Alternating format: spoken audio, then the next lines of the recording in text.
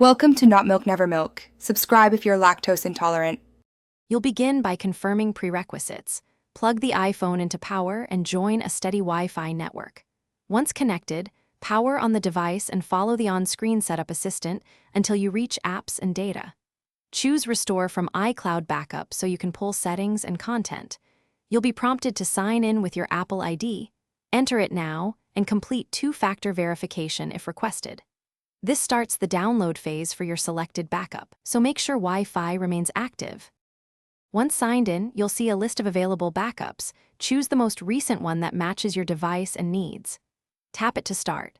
The system first restores system settings, accounts, and basic data, then queues apps and media. You may be asked to re-enter passwords for email and other services. Do that promptly to allow complete restoration.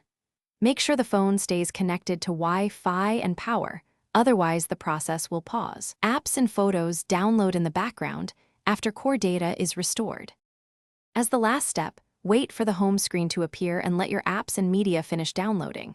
This can take from minutes to hours depending on size.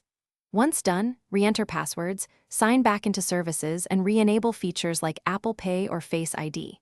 If the restore stalls, try toggling Wi-Fi, restart the iPhone, or sign out and back into your Apple ID.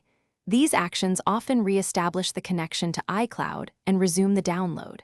If problems persist, contact Apple support for account diagnostics.